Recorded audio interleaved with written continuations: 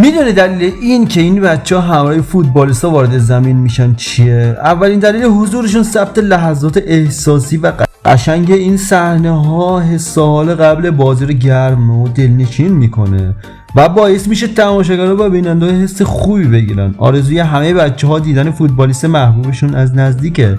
این کار باعث میشه اونا انگیزه بگیرن و بیان سمت ورزش و فوتبال. جدا از اینا ورزشگاه ها با این حرکت هوادارهای وفاداری به دست میارن. مثلا شما اگه تو بچگی کنار رونالدو وایستی میتونی طرفدار بارسا بشی. معمولا این کوچولو ها یه سری بچه ناز و کیوتن که همه وقتی ببیننشون ذوق میکنن، ولی من نمیدونم این چیه دست پالمر.